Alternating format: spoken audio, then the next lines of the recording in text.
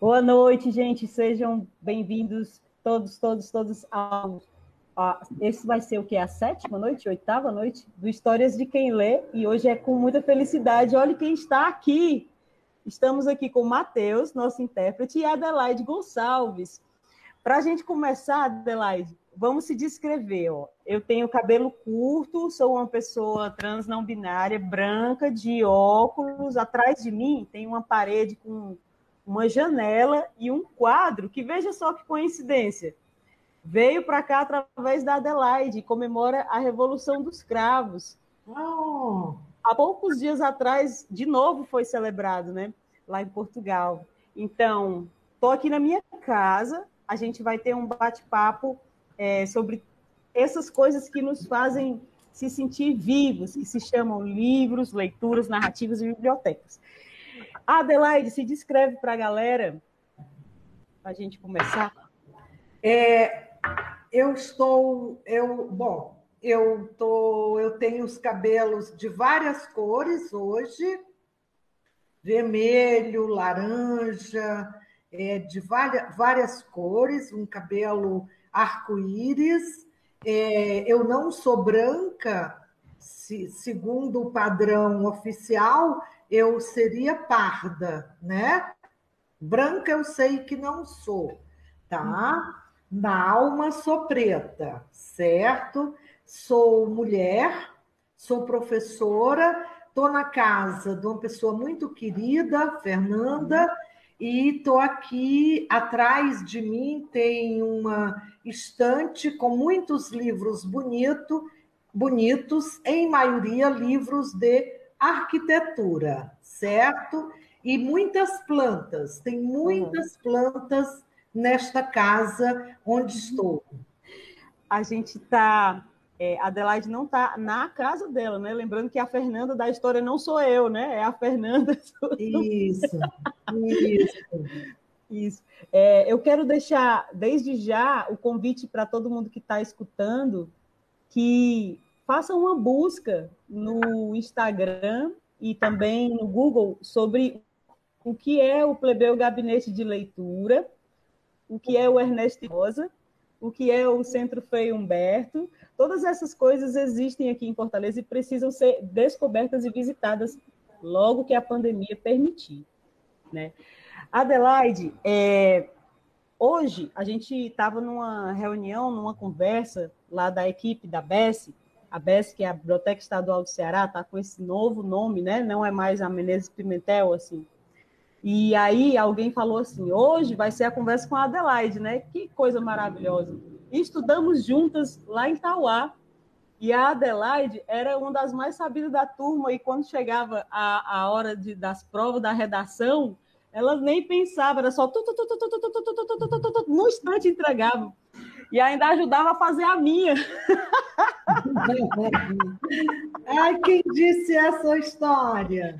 Lúcia Cidrão. Olha, é uma querida, é uma querida. Vamos mandar um abraço para a Lúcia, que ela está acompanhando. Um Agora, abraço. explicando rapidinho para quem está assistindo pelo Instagram, hoje a gente não está vendo os comentários assim subindo no Instagram, porque a gente está numa plataforma diferente que está sendo levada para o Instagram. Mas existe a possibilidade de vocês comentarem depois que a live acabar e a gente postar lá.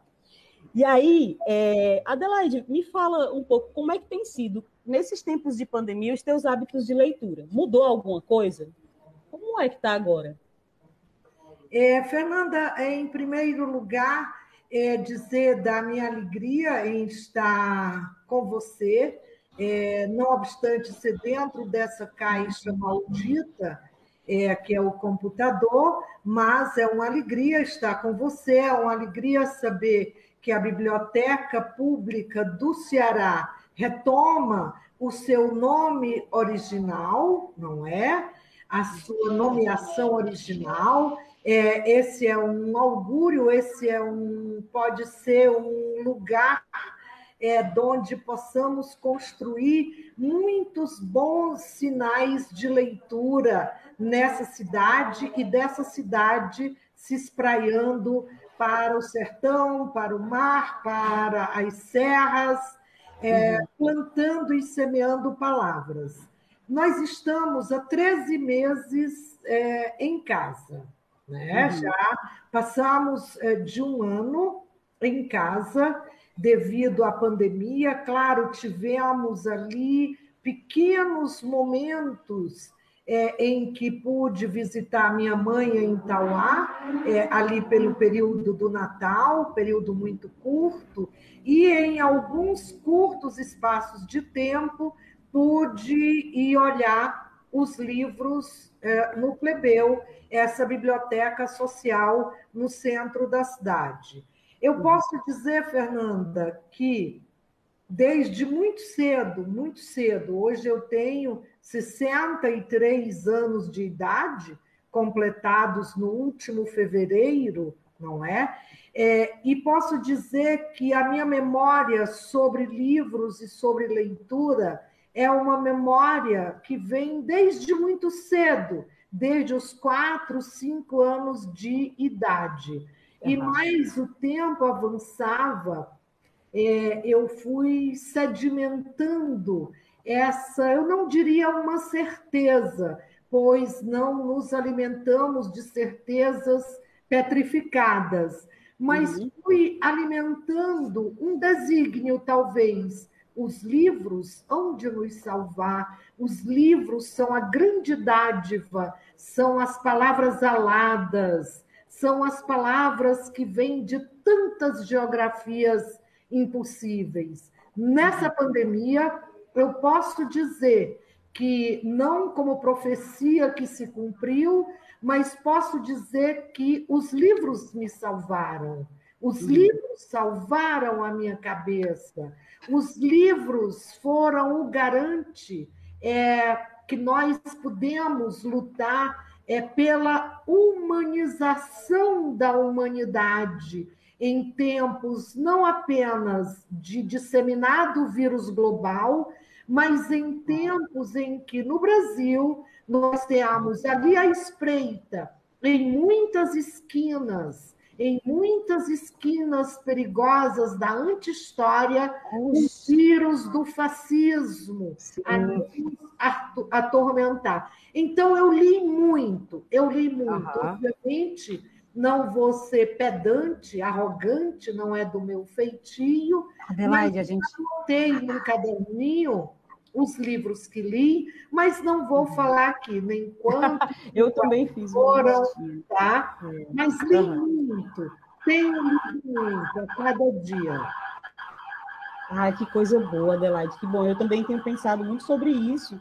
E essa retomada da biblioteca, mesmo online, é algo que, nas discussões que a gente tem tido com a equipe e com as pessoas que estão se reaproximando da biblioteca e as pessoas que estão descobrindo a biblioteca, porque vai começar toda uma geração a crescer com essa nova biblioteca, né, sem ter conhecido a outra. Se a gente pensar numa criança de 6, 7 anos que vai visitar a biblioteca física, é uma nova história, porque é um novo lugar. Você precisa ver como está, Adelaide. Maria, essa pandemia deixar a gente ver.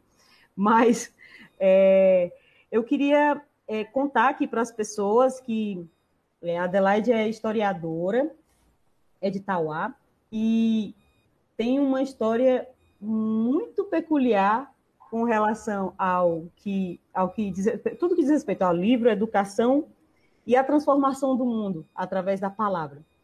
Então, em 2012, foi em 2012, Adelaide? Ou foi 13? Foi 12, a criação do Plebeu, não é? 12. Em 2012.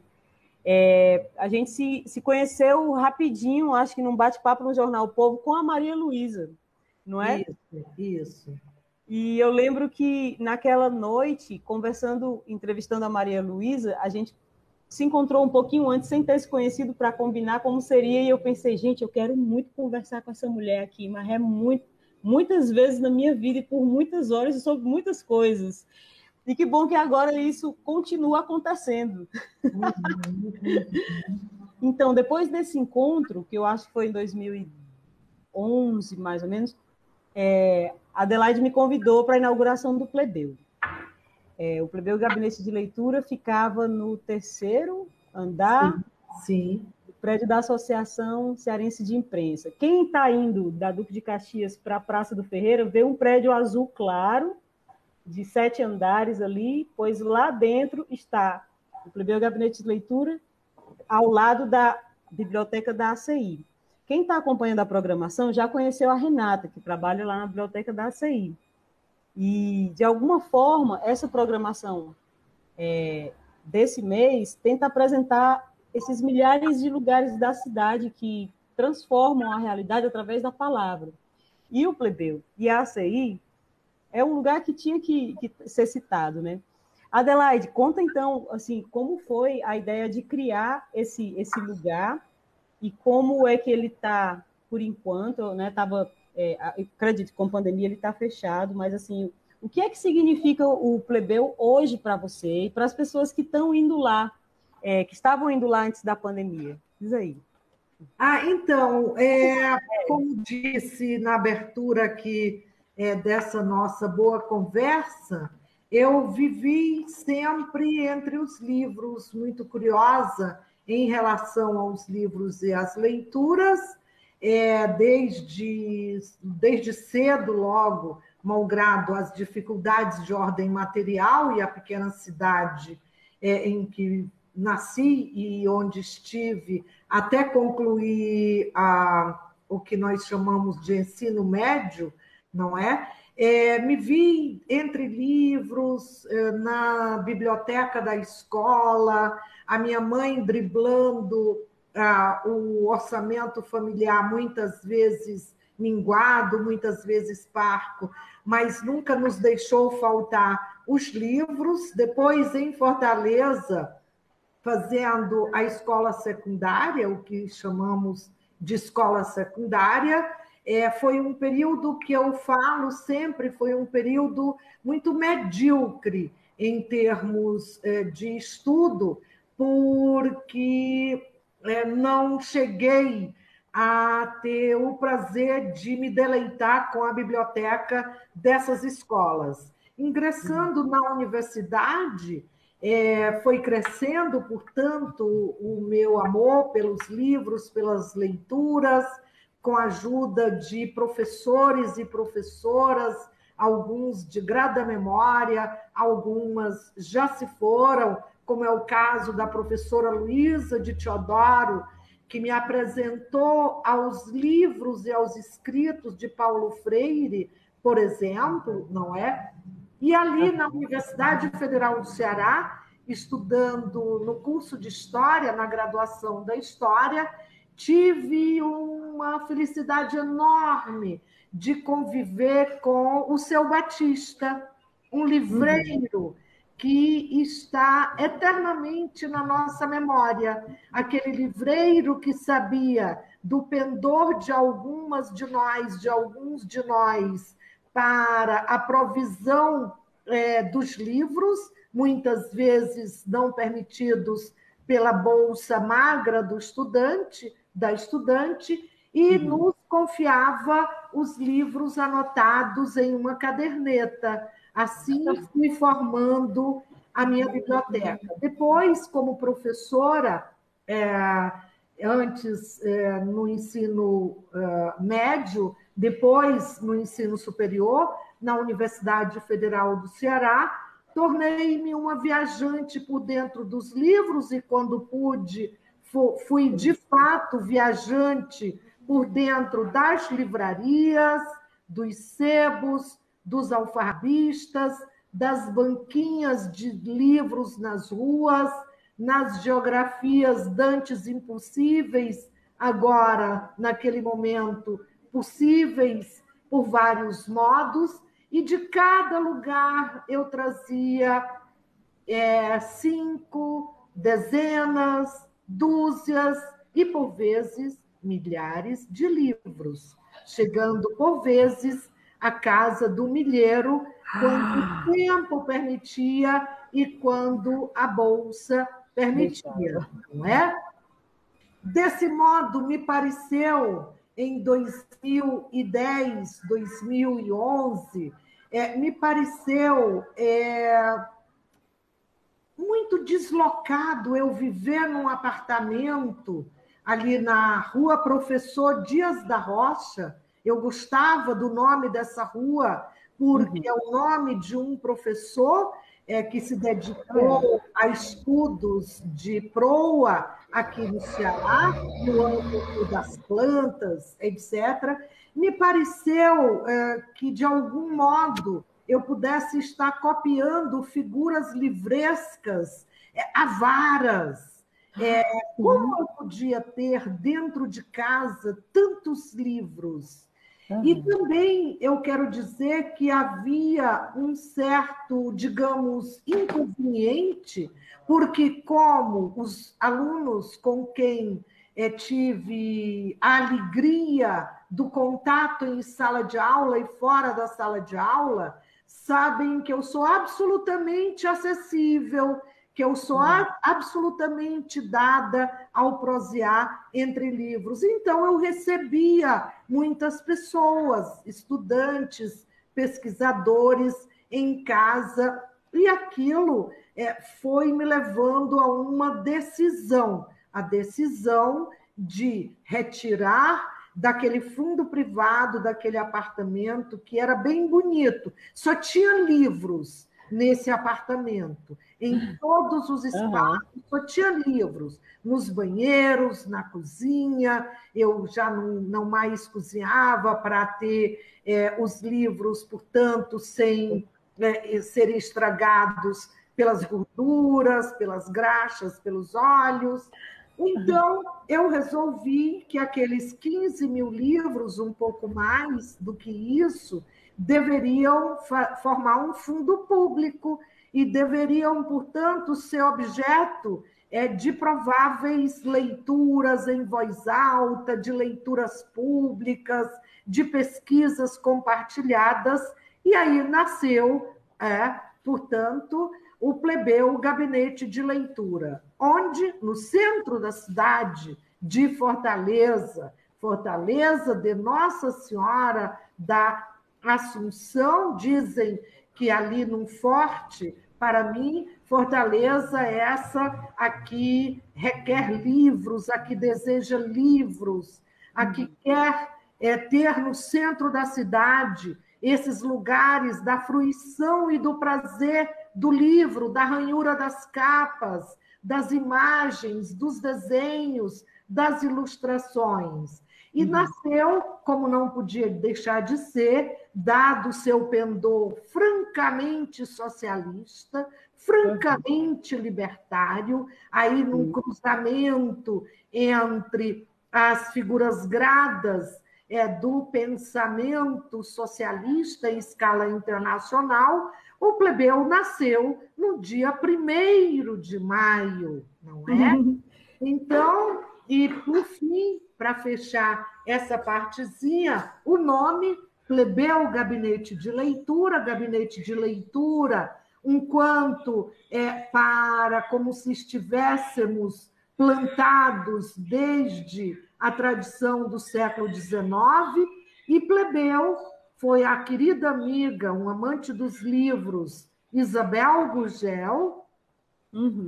Em conversas, eu dizia, olha, eu tenho aqui algumas sugestões que me chegam para a nomeação desse lugar de fruição dos livros e da leitura, mas nenhum deles alcançou o meu coração. Eu pensei em gabinete de leitura.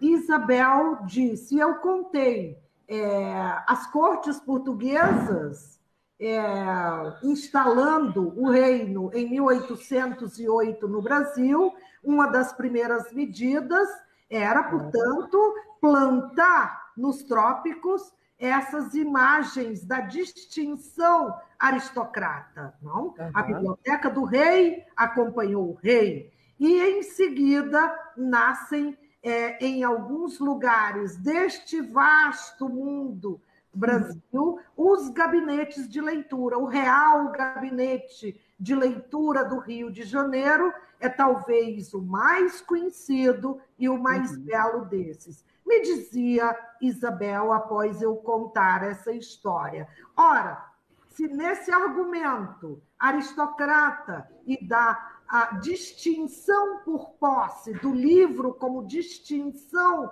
por posse, distinção de classe, se o deles é real, o nosso será o plebeu. Ainda mais real, ainda mais real, ainda mais ao toque da mão. Estava batizado o plebeu gabinete de leitura ali no centro da cidade de Fortaleza.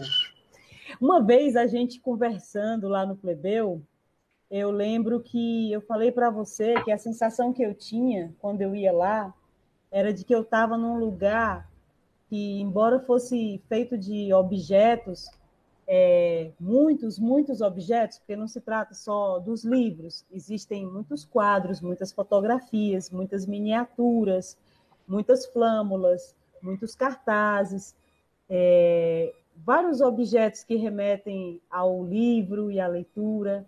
E eu pensei, parece que quando eu entro no plebeu, a sensação que eu tenho é que eu estou entrando num organismo vivo, muito vivo, uma espécie de tecido. E quando eu falo tecido, eu estou falando do tecido da pele, que é todo poroso, que é por onde a gente respira também. Sim. E além de um tecido da pele, eu também imagino esse lugar como um labirinto, que é um tecido, como feito pelas rendeiras, que é também pesquisado pela Isabel Gurgel, que está aí fazendo essa pesquisa bonita, né? Sim. Quem tiver imagens aí das rendeiras dos anos 70, 80, 90, entre em contato com a Isabel Gurgel. Ela deixou esse recado. Que lindo! Pois é, essas imagens todas me vêm, sabe? E assim como um tecido, ele acolhe, ele protege, ele veste, ele orna, ele tem várias funções. Mas eu lembro que eu pensei um dia, estando lá no plebeu, muitas vezes eu encontrei com você, algumas vezes você não estava lá. Mas das duas maneiras, eu pensava, esse é um lugar que me faz sentir muito protegida, como se nada de ruim no mundo pudesse acontecer comigo estando ali. E essa sensação se repete quando eu estou em qualquer biblioteca. É impressionante o que as bibliotecas podem emanar. Eu imagino que você já tenha conhecido muitas bibliotecas públicas, particulares pelo mundo. Como é essa sensação para ti, Adelaide? É uma sensação magnífica. Como você diz, é um lugar do desejo, é um lugar desejante, é um lugar do desejo, é um lugar aberto à utopia, é um lugar aberto ao sonho, é um lugar onde as palavras podem voar, é um lugar onde as palavras podem ser desenhadas, é um lugar onde nós podemos, inclusive, ampliar o conceito, a noção, a imagem que temos dos livros. Por vezes, meninos e meninas, no sentido amoroso, não apenas da idade, que chegam lá com tantas tatuagens, não é? São livros na pele. As tatuagens são livros na pele. Então, esses lugares de fruição da leitura, de fruição do desejo, são lugares dos encontros entre gerações, entre motivos de leitura, são lugares onde aqueles ou aquelas que pensavam que nunca poderiam escrever, logo mais estarão escrevendo. Aqueles que por vezes se sentem inseguros diante da folha em branco, a folha em branco pode nos dar medo por vezes, não é? Essa tela do computador, então, pode ser uma coisa que nos afasta do humano. Então, eu tenho aqui na mão um livrinho que eu recomendo vivamente a leitura, mas, por favor, não perguntem se tem em PDF. Procurem pescar esse livrinho numa biblioteca e vão a uma livraria quando for possível. E veja, esse livro chama A Biblioteca, é um dos escritos mais bonitos que eu conheço do Umberto Eco, esse grande intelectual europeu. A biblioteca, ele diz, se a biblioteca é como pretende Borges, um modelo do universo, Borges, o Jorge Luiz Borges, tentemos, nos pede Humberto Eco, tentemos transformá-la no universo, a nossa medida. A medida da nossa humanidade, quer dizer, um lugar alegre, um lugar com a possibilidade de se tornar um café, um lugar com a possibilidade em que dois estudantes, numa tarde, se sentem e, eu posso até dizer, possam se entregar, inclusive, a um abraço que alguns passantes possam ver como um abraço indecente, mas que eles possam se sentir nessa biblioteca, enquanto retiram ou voltam a pôr nas estantes alguns livros, uma biblioteca onde desejam ir sempre e que se vá transformando gradualmente num grande lugar de tempos livres, de tempos do cultivo da liberdade. É evidente que eu não li textualmente Humberto Eco, fui emendando, mas é lindo esse texto de Humberto Eco sobre a biblioteca, numa edição muito bonita, trazida de Lisboa, não é? Que coisa maravilhosa, Adelaide. Que bom que você mostrou esses livros. Eu tenho 3 livrinhos para mostrar. Eu quero mostrar o primeiro, que foi publicado pelo selo Plebeu, do Plebeu Livros, que é o Demolidor. É interessante porque dos 3 que eu trouxe, tem esse grandão, que é o trabalho do Vitor, que foi seu orientando, não é? Fala rapidinho desse aqui, Adelaide, enquanto eu pego o outro. Ele está lá, foi o que inaugurou o selo, né? Ou quase. Tá, foi quase. O Demolidor é uma homenagem do Plebeu Gabinete de Leitura aos jovens estudantes do Liceu do Ceará, da jovem Faculdade Livre de Direito do Ceará e de tantos pequenos círculos de leituras que existiam em Fortaleza nos idos de 1907. Nós publicamos esse jornal, O Demolidor, na sua forma original, ela foi reconstruída, não é um facsímile tão somente, e resulta, portanto, desse pendor de uma mocidade que se queria e se realizava livre e independente. O próprio nome do jornal é significativo, o Demolidor,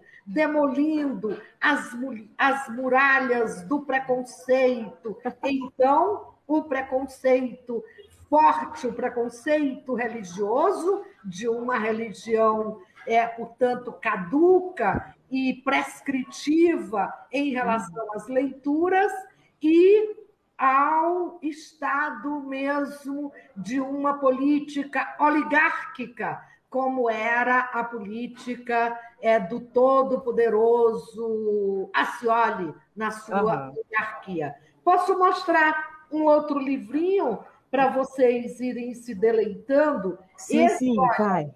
Esse é incrível. Esse é tão menor que uma mão. Esse é um livro lindo. Pode chegar mais pertinho da câmera, Adelaide, ó. E aí você pode girar ele um pouquinho assim, ó, para ele. Aí ele também na dá para ver bem? Dá. Quando a gente gira, dá para ver que ele brilha. Vocês podem ver que está aqui, cabe dentro da mão. É um livro lindo, cuja capa é preciosa. É um livro, portanto, em língua espanhola.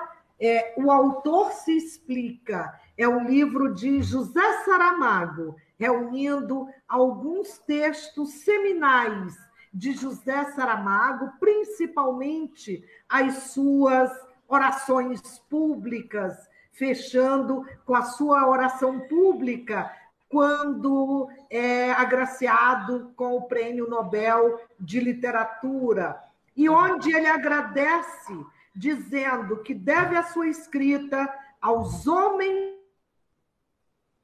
e às essa porção muito pobre do velho Portugal, aquela irmandade dos condenados da terra a que pertenceram o seu avô Jerônimo e a sua avó Josefa. Campesinos rudes, obrigados a alugar a força dos seus braços em troca de um salário vil e de condições de trabalho infame. É com a sua avó Josefa e com o seu avô Jerônimo que Saramago aprendeu que quem não sabe ler não é desprovido da palavra. Quem não sabe ler tem a imaginação, são os livros das palavras aladas, são os livros que vêm do mais profundo da humanidade. Esse é o segundo que eu queria mostrar. É lindo. Quem um dia for a Lisboa pode visitar a Casa dos Bicos, uma edificação do século XVI, se estou certa, onde fica a Fundação José Saramago, onde há uma bela livraria e onde se podem adquirir títulos do autor nas mais diversas línguas e sob um design gráfico precioso. Fantástico, maravilhoso. É lindo. Enquanto você mostra o outro, ó, esse é o mais recente, publicado pelo Plebeu, que é o livro da Suene Honorato, que se chama, outro título maravilhoso, né? Um é o Demolidor, esse é o Vinde e Poetizaremos. É um chamamento, né? Vinde e poetizaremos. Vinde e poetizaremos. Ele também ficou pequenininho, foi feito em parceria com a Sem Nome Editora. Ele ficou lindo, Adelaide. O livro é lindo, feito durante a pandemia, não nos encontramos uma única vez. O livro, portanto, é esse encontro entre essas almas, que de modo algum vão se chamar gêmeas, não se trata disso, são almas que estão acompliciadas nesse seu grande amor à humanidade, nessa luta contra a barbárie. Tiago Coutinho, lá do Cariri, assistindo a editora Sem Nome, Sueli Honorato, essa menina maravilhosa, professora da literatura, que o ano passado deu à estampa um livro de poemas belíssimo pela editora Patois, e esse livro também contou com o precioso trabalho de criação de Yuli Bernardo. Sim, então, que fez o design. Não nos encontramos nenhuma vez, e o livro está aí, e o que é tão bonito, o livro teve uma tiragem de 600 exemplares e foram distribuídos amorosamente, distribuídos no Cariri, distribuídos para tanto lado. Hoje tem esse livro, está no México, está em Lisboa, está em Sevilha, está em São Paulo, está no Rio, está em Aiuaba, está em Tauá. Está no mundo. Está no mundo. Adelaide, as pessoas precisam saber que existe um lugar na Monsenhor Tabosa, perto do Sebrae, chamado Ernesto e Rosa, e que lá é possível encontrar os livros publicados pelo selo Plebeu, e talvez esse livro também esteja lá, que é o Entre Livros. Que fala um pouquinho desse, Adelaide. Eu quero dizer para as pessoas que, enquanto eu li esse livro, eu consegui me situar no tempo e espaço da minha adolescência até aqui, e perceber como eu comecei a acordar para os movimentos sociais e para a realidade muito cruel que a gente vive, mas não só da crueldade, mas de que existe um trabalho silencioso, muitas vezes, que também não para de ser feito, que é o da resistência. Às vezes ele é muito silencioso, né? Isso. E lendo esse livro, eu consegui fazer essa cronologia pessoal, me baseando em tudo que você vai contando. Fala do que significa esse livro. Então, Entre Livros é uma publicação do Plebeu, é uma publicação que teve uma tiragem de 300 exemplares, pois a Bolsa não permitiu uma tiragem mais larga, não é? E o Entre Livros, ele resultou de um memorial acadêmico, não é? Como exigência acadêmica para chegar a professor titular, no caso, professora titular, do Departamento de História da Universidade Federal do Ceará. Então, alguns amigos, algumas amigas, todas com um em comum, o amor pelos livros e um em comum ainda maior, a generosidade com a minha palavra e a minha presença, me intimaram a imprimir o livro. Então, o livro ficou muito bonito. Ficou belíssimo. Nesse caso, devo ao trabalho, à ajuda luxuosa do Lucas Assis, que me ajudou muito, e ao Tarcísio Bezerra, que é um grande artista gráfico, é um grande design gráfico, é professor. O Tarcísio fez graciosamente, mas, por favor, não vão procurar o Tarcísio para ele fazer graciosamente os seus trabalhos. Eu não falarei sobre tudo que diz o livro, eu quero destacar apenas um tópico. Tópico. Eu quero dois. O primeiro é a homenagem ao meu pai, à minha mãe, em Tauá, onde alimentado a possibilidade de amar os livros e a leitura. E, em segundo lugar, há um capítulo, que é o capítulo que me funda como humanidade na luta social do Brasil desde o final dos anos de 1970 e entrados 80, é o capítulo chamado O Essencial é a Travessia, como em Guimarães Rosa, para dizer que eu sou do movimento dos trabalhadores sem terra no Brasil, do MST. Eu não sou amiga do MST. Contra os inimigos do MST, eu, professora, portanto, achei que deveria ser do movimento. E tenho imensa honra de participar do movimento em suas escolas, no seu que fazer e na sua enorme luta pelo direito à literatura, pelo direito à leitura. Então, Entre Livros é isso e alguma coisa a mais, mas o tempo... Eu quero sugerir a leitura de um outro livrinho, pequeno. Hoje eu quis trazer livrinhos pequenos para que vocês vejam que é possível, numa única bolsa não muito grande, levar 40, 50 livros, não é?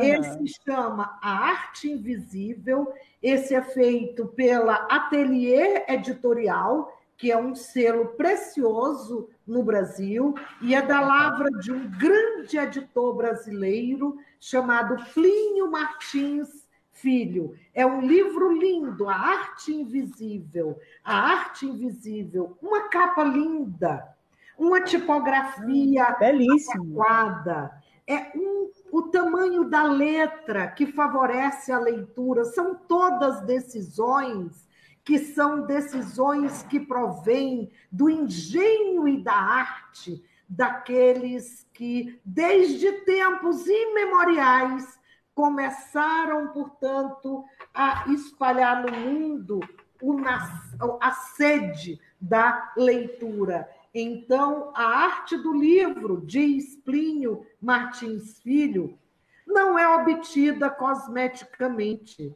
por meio de um embelezamento superficial. não é obtida por meio de molhos picantes ou calda de açúcar, o que muitas vezes é buscado por muitas editoras. Mas a arte do livro é, sim, buscada, obtida por uma boa receita, o que muitas vezes as editoras parecem não ter. Então, nos animemos a fazer livros bonitos. A Fernanda Meirelles nos intimou tantas vezes no Plebeu a reunir em torno de uma mesa 8, 10, 12, 15 meninos e meninas que, ao final de uma sessão, ficavam maravilhados quando descobriam que podiam, ao cabo de uma sessão de 4 horas, cada um deles deram. O Zine é um tipo de livro muito querido. Quero mostrar um outro que o tempo se vai. Esse é muito lindo. Esse é muito lindo. É um livrinho pequeno, é um livrinho magrinho, magrinho no sentido do número de páginas, chama Dezembro. Dezembro, a história do livro sem mãos. Atrás, na contracapa em negro, está um homem onde se vê bem os seus olhos, com a balaclava. O homem é o subcomandante Marcos. São muitos os Marcos, são muitos os subcomandantes Marcos do zapatismo da libertação no México profundo. E essa é uma fala do submarcos no México, na selva. Dezembro é uma menina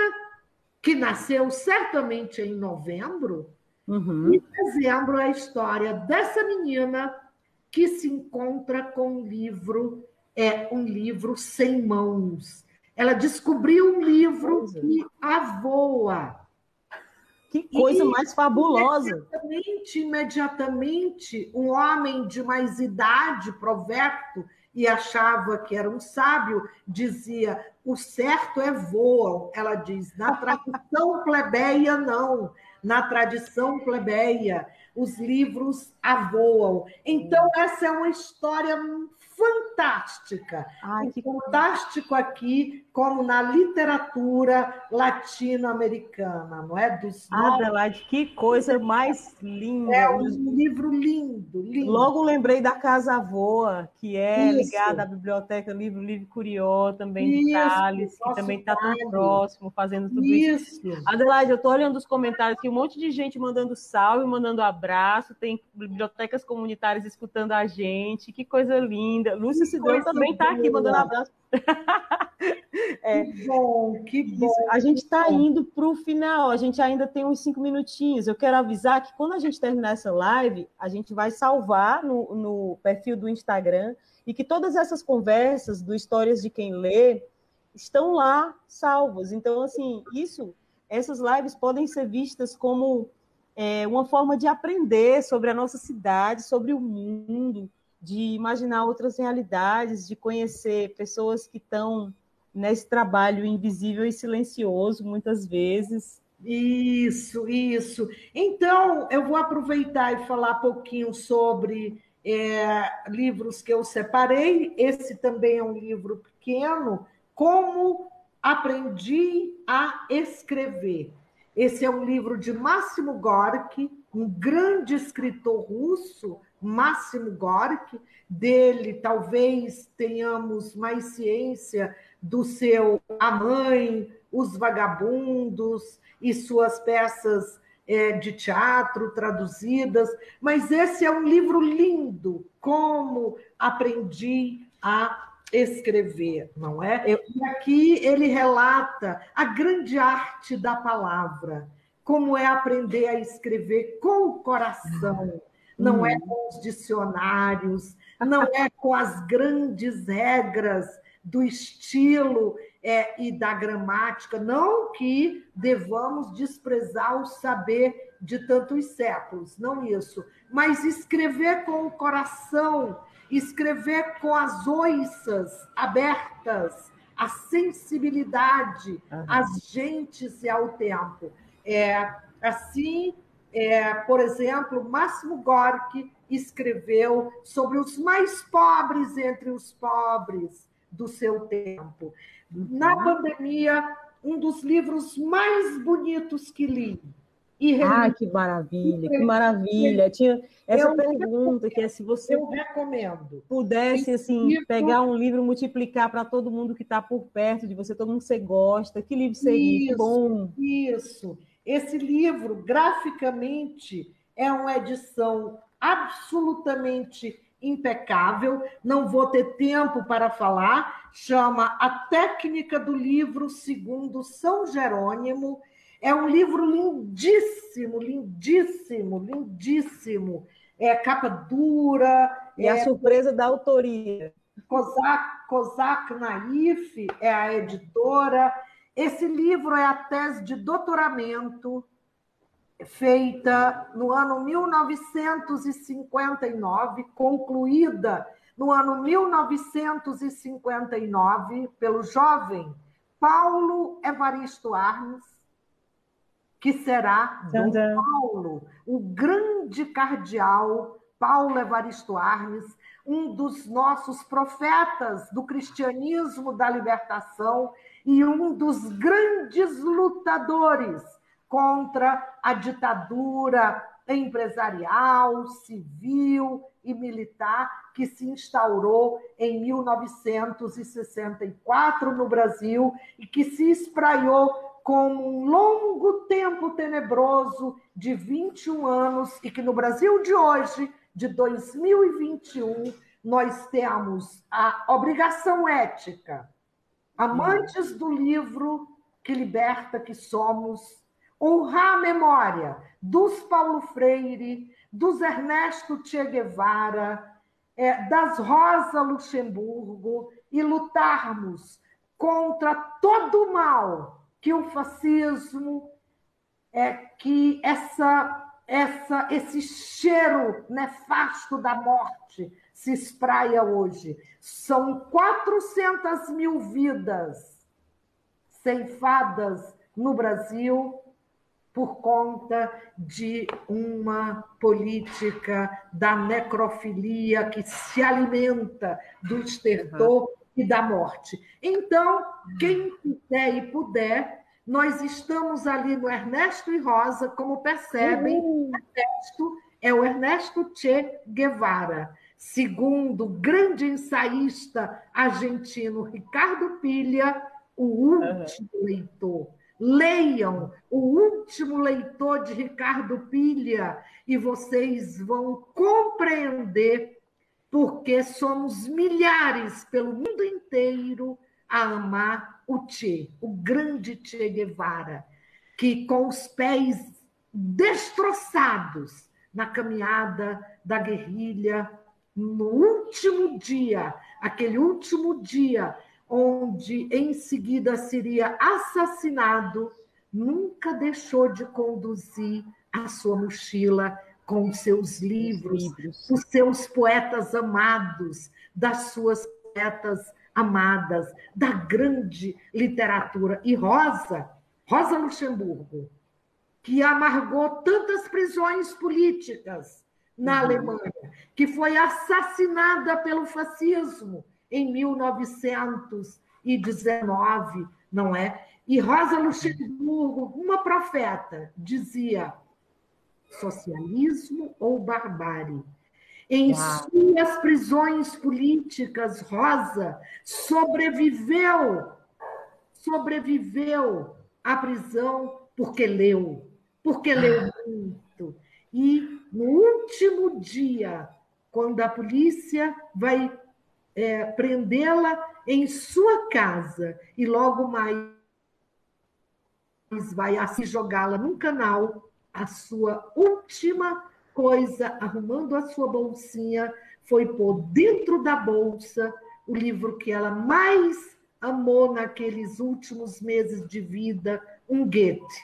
Então, Ai, que coisa vamos nos maravilhosa, encontrar Adelaide. no Ernesto e Rosa, vamos nos Vamos, encontrar no Plebeu, vamos semear vamos. essas palavras da liberdade, vamos honrar os 100 anos de Paulo Freire, esse menino que desde Pernambuco se espraiou pelo mundo, esse menino que nos ensinou tão amorosamente na sua andarilhagem histórica a ler o mundo. Muito obrigada, Fernanda, muito obrigada ao Matheus das Libras, lá no Rio de Janeiro, dentro dessa Exato. máquina.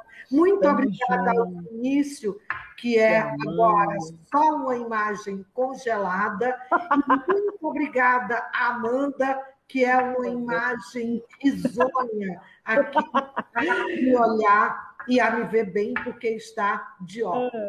Eu quero logo, logo que possamos fazer essas visitas entre a Biblioteca Pública do Ceará e o Plebeu Gabinete de Leitura e outros lugares da leitura pública nas quebradas dessa cidade, quando esses que têm uma aposta ainda que pascalina no futuro, estão plantando as suas bibliotecas da liberdade, não é? Como é o caso de Thales Azigon e Tantas bibliotecas pessoas tão comunitárias. necessárias. Todos os vagalumes. As bibliotecas dos e das em comum. Muito obrigada. E assim nós que agradecemos, Adelaide. Todo mundo que está assistindo, considerem-se abraçados. Ai, todo mundo beijado, abraçado, lambido, e lido, e lido. E lido, Vamos e lido. prestar mais atenção às tatuagens e ler o que as tatuagens nos dizem, esses livros escritos na pele. Adelaide, obrigada. Tchau, tchau. Os poetas, os cantores, os livros cantados, os livros encenados. Tchau, tchau. Vou sair, vou sair. Vamos saindo, gente. Beijo. Até breve, foi lindo.